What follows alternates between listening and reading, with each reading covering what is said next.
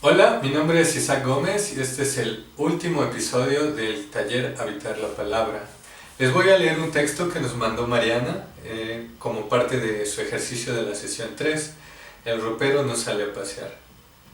Recuerdo que en aquella mañana nublada, Don Bigote cerraba su portón de madera, dejando a la intriga su destino próximo. Las horas transcurrieron lento. El reloj marcaba las 15, cuando sonriente llegó el maestro. La cocina de Doña Tibu, como de costumbre, despedía cantos incompletos y ruidos de sartenes grasosos. Rufo no se quiso quedar fuera de la escena. Sus manchitas cafés prefirieron el calor de la banqueta mientras el sol se escondía. Recuerdo a la marimba sonar, parsimoniosa, en las manos del güero, evocando boleros de antaño, a medianoche, recibiendo una nueva rutina. Y bueno, en la sesión pasada leímos el cuento de Italia, que forma parte del libro Quiltras, una serie de cuentos que está escrito y que fue publicado por Arelis Uribe. Hicimos nuestra cartografía lectora, que fue esta revisión de cómo nos hemos formado nosotros como personas lectoras y escritoras durante nuestra vida. Sabemos que cada quien tiene sus procesos y sus etapas. Entonces, ligado a esto, junto con Nicté García, platicamos sobre los procesos de cómo nos convertimos como lectoras, lectores, escritores y escritoras, y hablamos de distintas fases y cómo cada uno las vive de distinta manera. Y bueno, también dentro de este paso hicimos nuestros ejercicios de escritura rápida. Hoy vamos a hablar de varios conceptos, vamos a hablar principalmente de formatos directamente ligados a la impresión, vamos a hablar de autopublicación editorial, haremos nuestros ejercicios de escritura rápida y como ejercicio principal constantemente vamos a estar revisando distintas publicaciones para hablar de otros temas como podría ser la democratización de la lectura y la escritura y también de la publicación. Entonces, a partir de ahí, pues vamos a desarrollar todo lo que sería nuestra última sesión y pues por el momento eso sería todo, vamos a pasar al calentamiento. Bueno, ahora vamos a hacer nuestro calentamiento, ahora lo voy a hacer sentado porque ahorita nada más vamos a platicar. Recuerden que el proceso de calentar es preparar nuestro espacio, cómo nos vamos a pensar dentro de nuestro lugar de la escritura, de lectura, cómo nos vamos a ir relajando. Después vamos a revisar un libro y vamos a pasar a la escritura rápida. Entonces, empecemos parpadeando rápido. Recuerden que esto lo hacemos para hidratar nuestros ojos porque el acto de leer y escribir hace que dejemos de parpadear y se resequen un poco. Ahora vamos a abrir y cerrar nuestras manos. Recuerden que también hay que hacerlo con cierta atención para poder ir hidratando un poco nuestras articulaciones y las calentando, nuestras falanges. Luego movemos. Luego vamos a las muñecas que suben y bajan, solo un poco.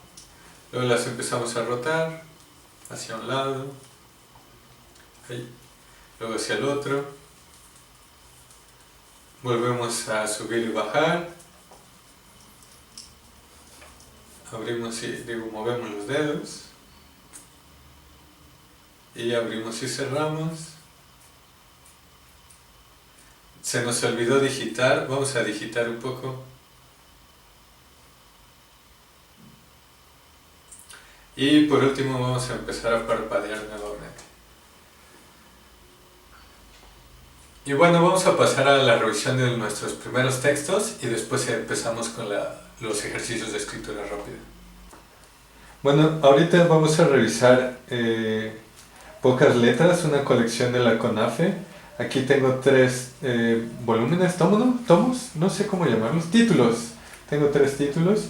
La CONAFE es el Consejo Nacional del Fomento Educativo. Antes hacía brigadas, ahora ha manejado distinto como la forma en que lleva a cabo como este fomento educativo, pero creo que todavía manda a algunos estudiantes a las sierras o a comunidades, etcétera, en donde hay poco acceso a la educación para dar clases. Y bueno, sus publicaciones son muy pequeñas en este caso, tiene distintos formatos. Estos son prácticamente cuadrados y estos se basan en cantos e ilustración, digamos Muchacho Azul, que de hecho los tres que ahorita tengo tienen el mismo ritmo. Viene Muchacho Azul y viene de un lado la letra y la ilustración, ¿no? Entonces viene Del cielo cayó un muchacho, etcétera, viene como va cantando este personaje y del otro lado viene ilustrada la canción. Es un engrapado, es muy sencillo, solamente son hojas que están dobladas y están engrapadas. Este está forrado, pero este es un forrado que le hizo alguien más, o sea, quien lo compró. Y a mí me gustan mucho estos textos porque son muy rápidos de leer, son muy sencillos. Este es el patito rojo y se puede acercar de una manera muy sencilla a las personas como primeras lectoras, principalmente niños, niñas, hacia la lectura, pero en general son textos con los que podemos trabajar o que podemos leer como de manera muy amena. Entonces digamos, está patito rojo y otra vez tiene el patito rojo y de un lado el texto y la ilustración. Aquí viene, aquí viene. Entonces es un juego constante y esto es porque está maquetado entre comillas pues de la misma manera. Se sabe en dónde va a ir el texto, en dónde va a ir una ilustración y en dónde van a ir detalles. Y digamos tenemos la guacamaya, que es igual este formato cuadrado. Tiene la guacamaya y texto como este detalle y una ilustración de página completa. Y bueno, en este caso este sería el formato que les comento, cuadrado, su estructura en un engrapado con hojas impresas y dobladas y los tres elementos, ¿no? Texto abajo, ilustración arriba en detalle y página completa con ilustración. Y eso sería todo por parte de Pocas Letras, Muchacho Azul, el patito rojo y la guacamaya. Una cosa más antes de olvidarlo es que digamos la CONAFE, la mayoría de sus títulos de los libros que publica son muy baratos. Digamos estos engrapados creo que me costaron 5 pesos, 3 pesos, no me acuerdo. Y es como muy accesible el costo a comparación de otros editoriales y otras publicaciones. Y bueno, estos fueron Pocas Letras. Bueno, ¿qué vamos a hacer en nuestros ejercicios de escritura rápido? Vamos a tener dos. El primero es tener un minuto para escribir todos los objetos que impliquen necesitar, o más bien los objetos que utilizamos para poder leer. Entonces, digamos un ejemplo, pues un libro, ¿no? Pero cada quien tiene distintos rituales o rutinas dentro de su lectura. Entonces hay personas que necesitan, no sé, una lámpara, sus lentes, si subrayan un lápiz, etcétera, etcétera. Entonces todos los objetos que nosotros consideremos o nosotras consideremos que necesitamos para leer o que utilizamos para leer. Entonces vamos a tener un minuto y vamos a hacerlo ya.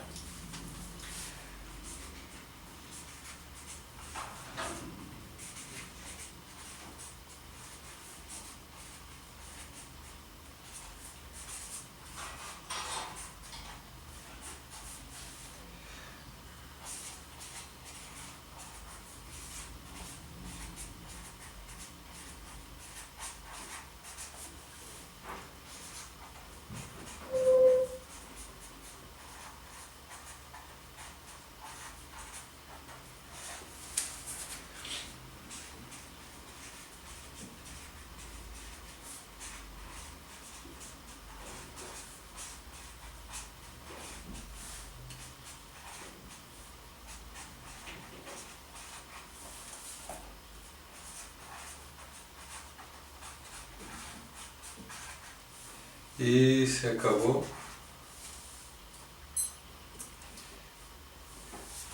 Bueno, ¿cuáles fueron los que yo escribí? Como pensando en como muchas posibilidades, desde como lo mínimo, o sea, digamos yo cuando voy en el transporte público, pues solo llevo mi libro, ¿no?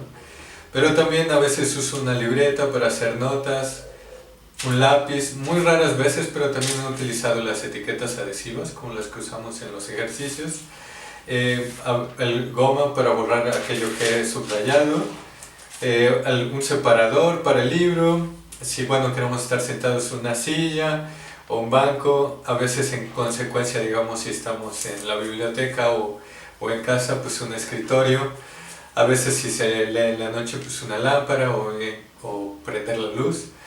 Usar lentes, yo no necesito lentes para leer de cerca, pero sé que existen personas que sí, entonces o posiblemente en algún momento las necesite. Digamos, si estoy estudiando, pues preparo café o té y en consecuencia mi taza. Pensé también de servilletas y ahí me quedé. Entonces como que eso es para el acto de leer. Y vamos a tener otro minuto para hacer algo parecido, pero ahora cuáles son los objetos que necesitamos o utilizamos para dedicarnos a escribir. Digamos, pensando en cómo preparamos nuestro espacio durante los ejercicios o durante los videos, qué es lo que hacemos. Entonces en mi caso, pensando en cada video, voy a utilizar un poco esto y también como en mi vida cotidiana. Entonces vamos a tener un minuto para los objetos que necesitamos para escribir. Ahora.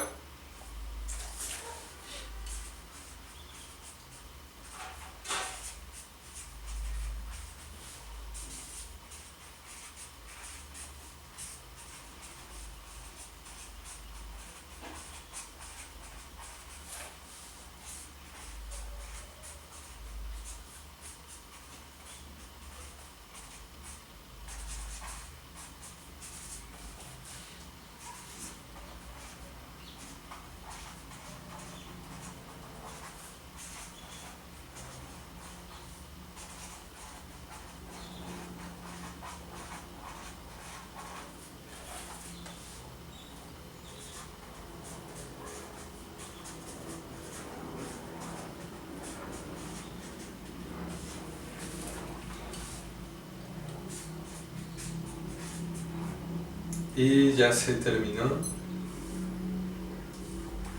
Bueno, que puse? Igual puse como lápiz o bolígrafo, pluma, papel, posiblemente si no es papel o también junto al papel la computadora, un celular, si ya estoy utilizando como esos aparatos electrónicos, internet o un diccionario, goma, marcadores también como para hacer como ciertas notas o sobre saltar o subrayar ciertos comentarios. Entonces también desde ahí como lo pensé como un estudio, silla, escritorio y volví a poner café, creo que el café en general para mi vida. Y quería poner el pizarrón por lo de los ejercicios, pero ya no nos dio tiempo. Y bueno, vamos ahora a pasar a revisar otros libros y continuamos. Bueno, ahora vamos a revisar dos elementos distintos. Voy a, digamos, a revisar primero este. Este no es directamente una autopublicación, sino más bien hasta lo es.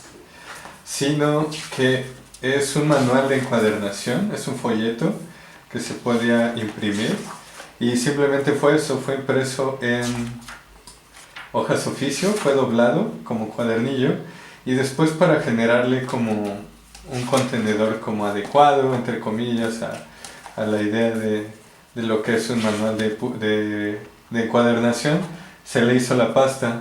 La pasta la verdad es que es muy sencilla, parece más compleja, pero la pasta solo es haber doblado las hojas y haber generado como un cuadernillo, bueno, más bien un cartoncillo forrado con, creo que esta se llama brillanta, no recuerdo cómo se llama el nombre de esto, y se le pusieron los espejos rojos y la simulación de guarda con pero es realmente una pasta interior, y después el cuadernillo doblado que fue cosido. Entonces esto como también lo comparto como mención de una posibilidad de hasta dónde puede llegar la intención de resguardar un cuadernillo, hojas impresas en una fotocopiadora, en una impresora muy sencilla casera. Y bueno, ahora a comparación de esto, que la intención de este animalario universal, que fue publicado por el Fondo de Cultura Económica, es como, digamos, tenemos un formato horizontal. Es muy raro ver en libros que sean como tradicionales la espiral para sostener las hojas, y esto es porque las hojas están fragmentadas, están divididas en tres para que pueda haber una combinación de los elementos que hay en este. Entonces el tipo de lectura es muy distinto y se juega mucho con estas combinaciones. Entonces, aunque digamos entre comillas se puede pensar que cada ilustración se maneja como un animal único, digamos como el elefante, en realidad son varias páginas muy pequeñas, pues también pensadas en lo individual, que se pueden ir mezclando. Este trabajo como que es muy interesante y me parece muy enriquecedor, porque más adelante vamos a ver otra posibilidad a partir de lo que sucedió aquí. Entonces este es el animalario, y este de acá es la empastada de un manual de encuadernación. Y bueno, vamos a seguir platicando. Bueno, rápidamente, ahora que estamos revisando los libros, quiero mencionar, digamos, el concepto de formato desde lo impreso, aquello que da directamente unidad al contenido. O sea, pensemos que el libro como un objeto, como un algo, es un receptáculo o es como un contenedor de lo que de manera interior se lee o se observa, ¿no? Entonces, pensando que, digamos, es un vaso o es una jarra, el formato, el objeto libro, este contenedor, tiene muchas funciones, como el comunicar qué es lo que contiene, qué es lo que tiene de manera interior, y también es muy importante comprenderlo como algo que tiene forma, que tiene tamaño y que posiblemente, bueno, más bien tiene color o ausencia de este dentro de las perspectivas de cómo se trabaja. Y en consecuencia, estas tres cosas, que son como el formato, el color y el tamaño, forman parte de los conceptos básicos de diseño, y que desde ahí se trabaja un objeto. Entonces, cuando pensemos en autopublicación, vamos a pensar qué tamaño lo vamos a imprimir, en el caso de que sea impreso, de qué tamaño va a ser la tipografía, o sea, todo lo que implique los tamaños. También las ampliaciones de la apertura de los libros, el color, si se va a hacer en una tinta, dos, etcétera, todas las cantidades de tinta que implique. También cuál es en su forma, si digamos pensando como en todos los libros que hemos revisado durante las sesiones pasadas, en su forma, cómo va a ser el tipo de lectura, digamos como estos que hemos visto en el Hombrecito X, que es como un biombo, o esta lectura normal de izquierda a derecha, o incluso los mangas, que esta vez no revisamos, pero que parten de una lectura derecha-izquierda, etc. Entonces, eso a grandes rasgos, hablando de formato. Entonces vamos a seguir revisando libros y pasamos a otro tema. Bueno, ahora vamos a revisar otras posibilidades. Este se llama Tlatelolco 1 de 500, un proyecto de central de maquetas. Este es un proyecto basado en una estructura, bueno, más bien en una intención de difusión cultural. Es un proyecto que se hizo en Tlatelolco, aquí en la Ciudad de México. Entonces, digamos, si lo revisamos, si lo desfragmentamos en formato, eliminando como la idea de los contenidos, es solo una hoja. Es un pliego que se dobló en tres partes, en un tríptico, pero que al mismo tiempo este tríptico tiene un plegado hacia arriba que hace que los contenidos varíen, ¿no? Entonces tenemos contenido en horizontal, en tres partes, en una cuarta parte que es que se dobló hacia arriba, y aparte los contenidos del ala derecha, por así llamarla, la parte de la portada y la contraportada. Entonces me parece muy interesante cómo puedes, desde una hoja solamente doblada en tres, generar toda una estructura. Y esto es porque el diseño editorial está pensado también de esta manera. Entonces, pensando como en las intenciones, nosotros podemos publicar desde algo así.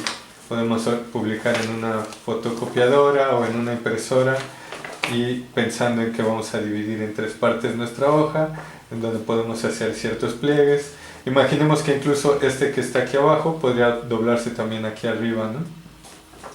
Y ya generamos eso. Y aparte de esto, tiene otra hoja que está inserta en el medio y que tiene contenido solo por una parte. Es una media carta posiblemente y tiene como un manual, dice maqueta tu entorno, y es un manual de cómo hacer una maqueta y que viene como un anexo interior. Entonces pasamos de solo generar un pliego a pasar a hacer un tríptico, a pasar dobleces, a también ser un contenedor. Entonces se va complejizando, y todo por el hecho de cómo se pensó en forma, en tamaño, en edición, etc. Y junto a este, digamos, tenemos Fuerza y Posibilidad, que es una revista argentina que está, digamos, impresa a comparación, digamos, en amarilla, una tinta que sería el negro, el papel es amarillo, ¿o no? No, más bien el papel es blanco y fue impreso el amarillo, y en este caso aquí está impreso posiblemente en una risografía, no lo sé, no es tan grueso.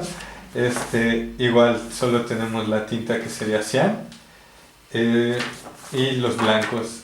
Fuerza y Posibilidad lo que hace es que igual hace un cuadernillo que se engrapa por el medio, y las variantes de aquí del diseño editorial y de los contenidos es los espacios, los márgenes, los tamaños de las imágenes, en donde colocan los folios, y este juego como de tipografías que pueden ser títulos o quizá balazos. Y pues ya aquí tiene una doble página en donde viene toda una fotografía y el título, ¿no? Y por aquí abajo, no creo que se alcance a ver, pero vienen los créditos de la persona que tomó la fotografía. Y bueno, estas son ambas. Igual como en su complejidad solo ateniéndose a que son hojas dobladas y engrapadas, o que es una sola hoja, un solo pliego doblado, y que no requirió ningún tipo de corte excepto el de por pliego, lo más seguro. Y ya, vamos a otros más. Bueno, ahora dentro de esto vamos a hablar sobre el publicar, el acto de publicar, que se refiere a hacer algo público. Directamente esto está pensado como al publicar, y en su contra o en su contraste es aquello que es inédito. Digamos, lo inédito es lo que nunca se ha publicado y que nunca se ha hecho público. Lo que ya está publicado es aquello que ya forma parte de una exposición hacia otras personas. Esto lo aprovechan mucho legalmente, digamos, el gobierno o las instituciones que se dedican a registrar los libros publicados para sujetarlos a la ley y en consecuencia reconocerlos legalmente. Digamos, un reconocimiento legal que hace el gobierno o las instituciones hacia un libro es el ISRN, que es un pequeño número que avala que ese libro es legalmente publicado y que ya forma parte de las publicaciones editoriales en México. Pero ¿qué pasa esto? Esto también genera que cuando uno es publicado, o sea, como persona que escribe es publicado de esta manera legal, se genera ya toda una propuesta de un prestigio de quién te publica, las editoriales, cuánto ganas, cuánto se genera dentro de tus publicaciones, o sea, cuánto tiraje hay de cada libro de lo que publicas, en consecuencia cuántos impuestos va a pagar la editorial, cuántos impuestos se te cobran a ti, y muchísimas cosas que ya incluso se pueden pensar salen de lo que sería pensarnos a nosotros en comunidad como seres sociales, por así decirlo, personas dentro de un acto comunitario, del simple hecho de compartir lo que quiero expresar, ¿no?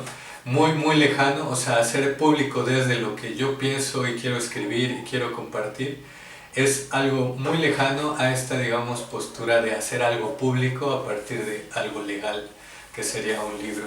Entonces, pensando de esta manera, cuando llega la autopublicación vamos a separarnos de eso y vamos más bien a pensar desde una democratización, y bueno, esas dos cosas ahorita las vamos a mencionar. Bueno, ahora vamos a revisar Cráter y El llanto de los perros.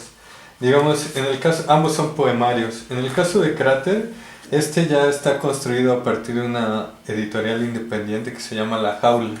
¿Cómo nace Cráter? Nace Cráter en Colombia, pero en primera nace como parte de un colectivo. El colectivo quería hacer pública textos de distintos autores y autoras que escribían poesía.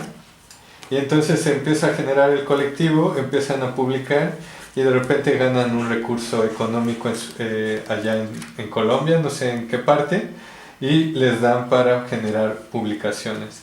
Entonces, en consecuencia, al ya formar parte de un recurso que otorga una institución, se tiene que convertir ya en una editorial, y en consecuencia está el ISBN, que es este número código que ya es público, ¿no?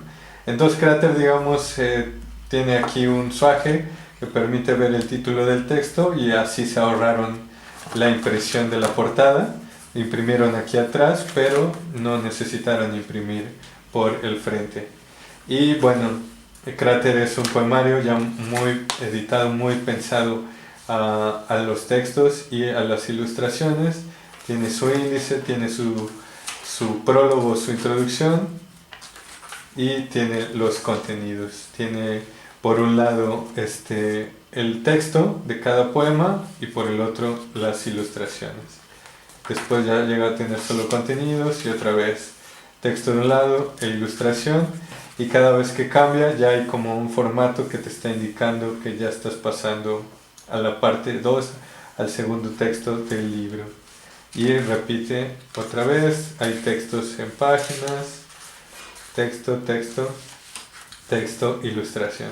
Entonces esto pensando en que son maquetas y que llevan un ritmo las publicaciones, y en consecuencia también pensamos en que, digamos, el hecho de que sea un poemario, lo más seguro es que por esta razón hayan decidido este tamaño, etc. Algo muy portable, que genere cierto grosor y que dé una lectura muy íntima. Si, digamos, esto hubiera sido una publicación aún más grande, los contenidos se verían achicados, por decirlo de alguna manera, o habría que ampliar la tipografía para poder obtener este grosor, etc. O sea, el tamaño también modifica la forma, el contenido, etc. Y bueno, vamos a revisar El llanto de los perros. Este es una autopublicación, es un cuadernillo engrapado. Este fue apoyado por un sello editorial, pero no directamente fue quien lo desarrolló, sino más bien que El llanto de los perros fue escrito por Alejandro, y generó como todos los contenidos, fue apoyado con las ilustraciones y el sello editorial asesoró, pero no directamente es quien lo imprimió. Y bueno, la maqueta de este caso, digamos, tiene aquí el contacto de Alejandro y viene el número de la parte del poema. El poema se llama El llanto de los perros y viene ilustración. Número del poema, ilustración, y así repite varias veces, genera ya otro juego. Digamos, lo interesante de las autopublicaciones es que juegan mucho con las maquetas. Aquí ya hay como imágenes de los fragmentos de cómo fue escrito el poemario, sin necesariamente buscar que esto se lea, sino que más bien se convierte en ilustración y vuelve otra vez número, ilustración. Entonces juega muy distinto a lo que quizá, entre comillas, podría ser una publicación más formal. Tiene número, ilustración, y de repente acá tiene detalles, algo que podría no suceder en otro tipo de publicaciones. Número, ilustración. Hasta acá abajo incluso tienen un cierto código que formó parte de la impresión y que no necesariamente tenía que ser, pero fue por la forma en que fue refinado.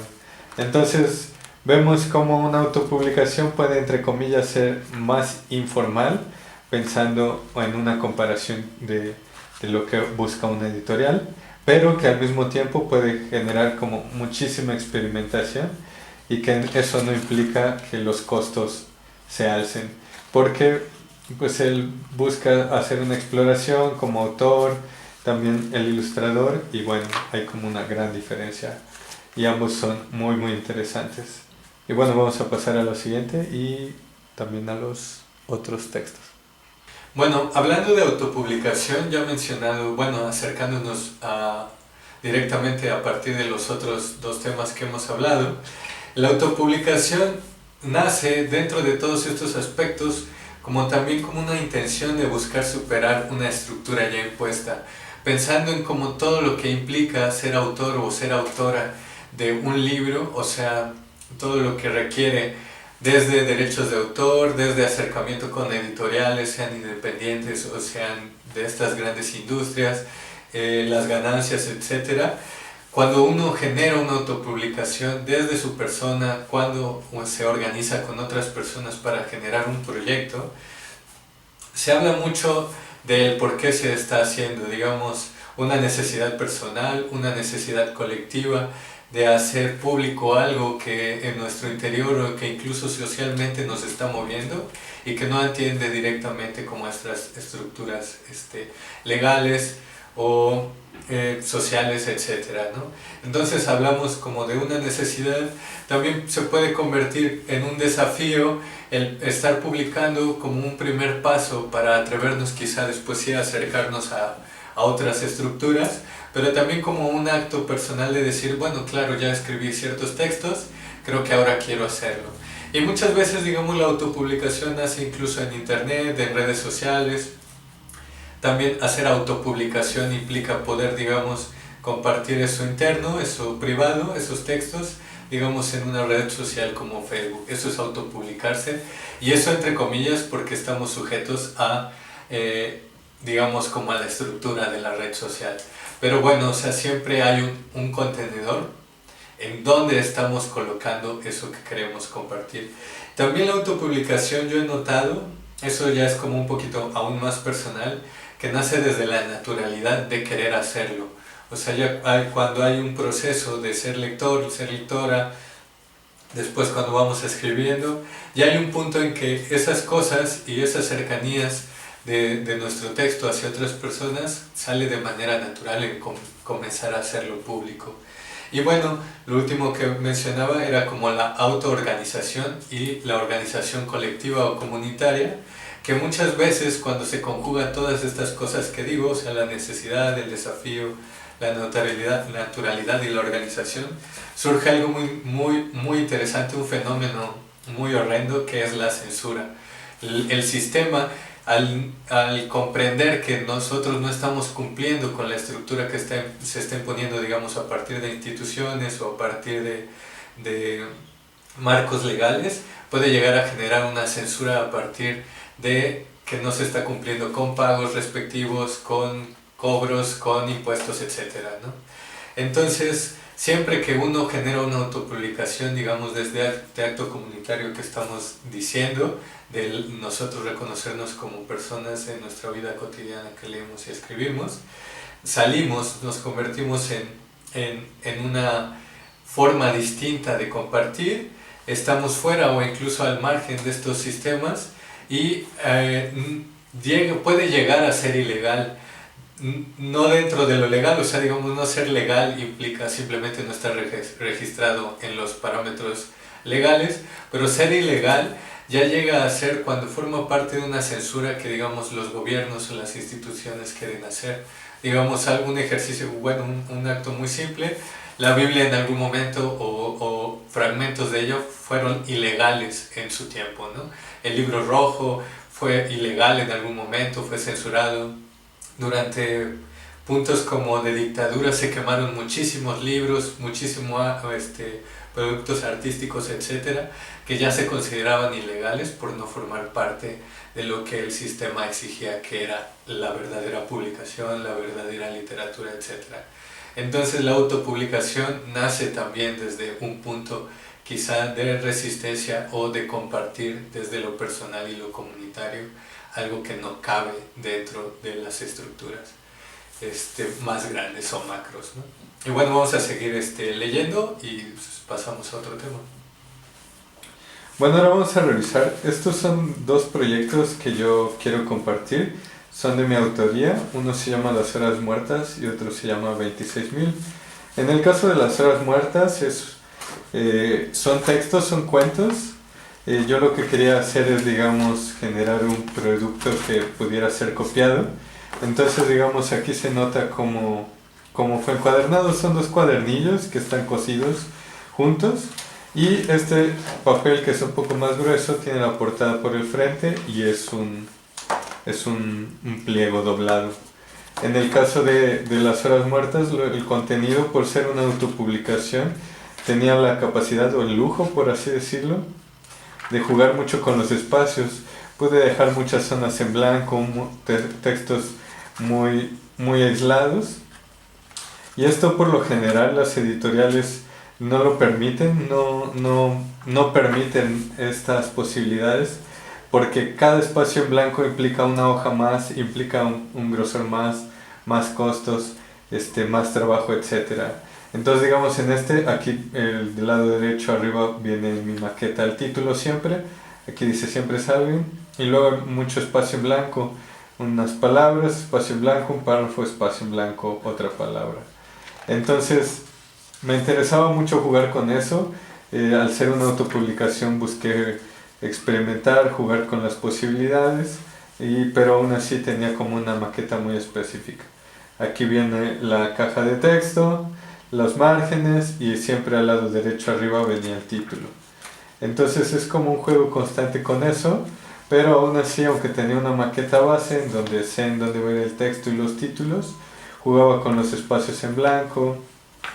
También entre el título y el texto hay mucho espacio y bueno, eso es como la intención. También me interesaba que pudiera ser copiado porque al tener acá tiene una leyenda en donde dice que puedes fotocopiarlo y compartirlo, y por eso también la publicación, la forma de encuadernado permite que abras las hojas por completo. Y bueno, esta hoja que es la pasta, pues es este plegado que también me interesaba que se notara que podía ser pegado solo de un lado, y eso permite que otras personas que quieran autopublicar puedan darse ideas de cómo generar un trabajo sencillo a partir de su proyecto. Y bueno, esto se puede complejizar, digamos, este contenido que está pues no tiene nada, más bien esta parte que no tiene contenido podría tener una gran impresión, una serigrafía, pero pues solo tuvo por el frente.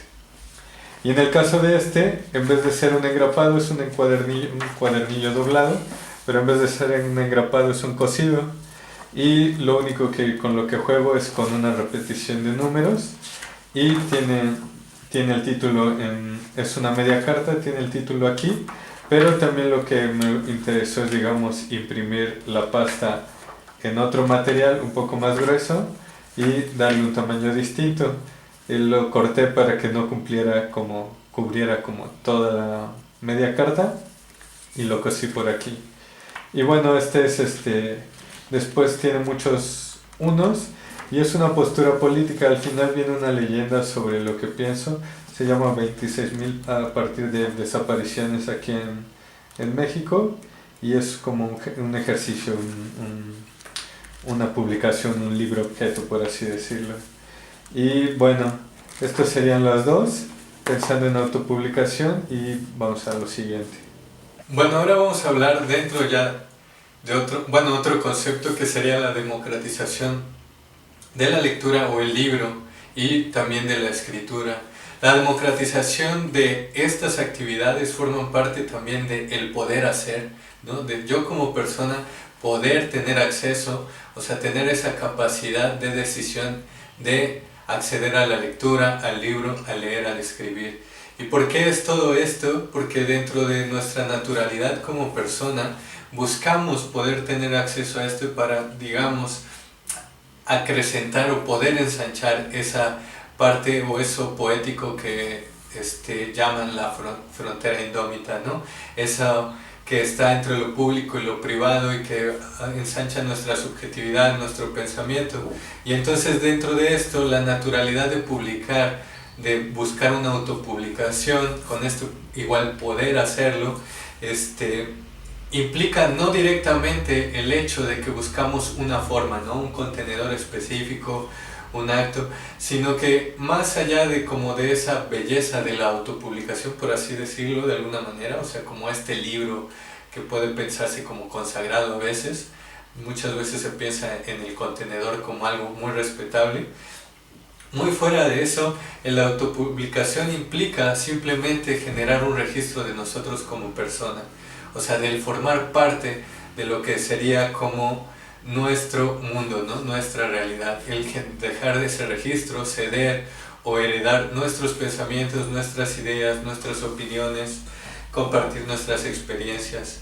Entonces, recordemos que también si la lectura y la escritura forman parte de un contexto tanto histórico como social, nosotros como personas que vivimos en un tiempo específico, que leemos y escribimos en un tiempo específico, también buscamos autopublicar o compartir porque queremos dejar registro de eso, ¿no? Entonces, vamos a hablar ahorita más adelante como en cómo formamos parte de una lectura entonces nosotros como lectores y escritores. Y bueno, reiterando esta idea de la autopublicación implica la democratización del poder acceder a la lectura y el libro como acto personal, que también implica dejar ese registro de que nosotros formamos parte de un algo, ¿no? De un mundo, de una sociedad, etc. Entonces, bueno, vamos a seguir leyendo y pasamos a otro más. Bueno, y quiero revisar por último estos. Este se llama Los niños escriben así en la Copa Panchito. Y bueno, aparte de que es igual un cuadernillo que está doblado y engrapado con una pasta más gruesa, con estas que podrían, entre comillas, simular guardas y que tienen otro color para separar a la pasta. Lo que me interesaba aquí era la mención de que estas cartas y estos dibujos son hechos por niños de primarias de Baja California, y lo que me interesaba era compartir este hecho de que incluso estos textos que podrían ser aislados como estas cartas a un autor y la forma en que leyeron sus libros se convirtió en todo un registro de cómo ellos como niños y niñas perciben no solo el texto, sino también al autor y también cómo lo enlazan a su vida. Entonces vienen dibujos, vienen sus testimonios, y lo interesante aquí es que esto no forma parte de esta estructura que es como publicar desde lo legal, desde la institución, dentro de lo que se llama como estructura pública de los libros, la lectura, etc. La lectura del libro, como incluso las leyes, etc., sino que simplemente forma parte de una autopublicación, de querer reunir una serie de testimonios de estas niñas y niños y de cómo ven su vida a partir de las lecturas que generaron, ¿no? Entonces, digamos, aquí viene la carta y aquí viene quién la escribió. Aquí dice Julia Fernanda, en donde la escuela a la que pertenece, su grado y su profesora. Entonces se hace un ejercicio del pertenecer, ¿no? Un momento en donde vivieron, leyeron y compartieron lecturas. Entonces es muy importante un registro así. Me parece como muy bonito, muy valioso. Y digamos ahora que si recuerdan el animalario tiene un juego como muy parecido. Tiene este engrapado, este es horizontal, es mucho más grande. Y la intención de este es jugar con las posibilidades de los personajes. Algo que me gusta de aquí es que se rescata como esta misma idea de que es solo una página pero que está cortada, pero que al mismo tiempo atiende a la personalidad de quien lo hizo. Este lo hizo en algún momento una amiga, una niña, y bueno, la idea era ejercitar eso, como esta creatividad acerca de la creación de personajes, y también utiliza material digamos reutilizado. Esta es la pasta de lo que era un blog de dibujo, y bueno, esto es ya el engargolado. Y lo que me hace llamar la atención es igualmente como este juego, como lo que podría ser la Copa Panchito, esta recopilación de cómo se percibe un algo, ¿no? En este caso una lectura, o en este caso una interpretación de cómo generar personajes a partir de dibujos personales, cómo darles la misma proporción, las mismas características de dónde va la cabeza, el tronco y las piernas o los pies, las vestimentas, los peinados, etc. Entonces es un juego como muy personal y que puede también compartirse, ¿no? Que después digamos me lo prestaron y que después puedo yo utilizar, jugar con él. Y bueno, estas serían las revisiones que tenemos. Y bueno, ya que hablamos como de la democratización, entonces también mencionamos dentro de esto natural y de este acto de autopublicar como un poder acceder a leer y al escribir, mencionar como en algo circular que leer y escribir por el simple acto de hacerlo, también pueden llegar a generar comunidad.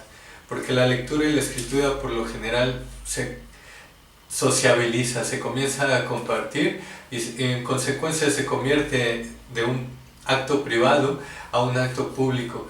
¿Por qué? Porque el hecho de leer, cuando le estamos leyendo, es porque estamos leyendo a alguien más. Entonces, cuando generamos como esta comunidad, cuando compartimos lo leído o lo escrito, nos reconocemos, nos autorreconocemos al también reconocer a otra persona, o al contrario, ¿no? Esas personas que forman parte de nuestro círculo de lectura nos reconocen como lector y como escritor. Y en consecuencia, ya como pensando un poquito como en filosóficamente, si nosotros nos reconocemos o reconocemos en otra persona, nosotros, etcétera, como todas estas otredades, estamos comprendiendo que nosotros formamos parte de la lectura del mundo. Nosotras, nosotros, nosotres, como quieran formar parte de justo de este mundo, formamos a partir de el que alguien nos lee, ¿no? Nos reconoce en nuestro rostro, nos reconoce en nuestra escritura, nos reconoce en nuestra lectura, y al mismo tiempo nosotros hacemos eso en alguien o en algunas personas más. Entonces, en consecuencia, formamos parte de la lectura del mundo y podemos ser leídos, ¿no?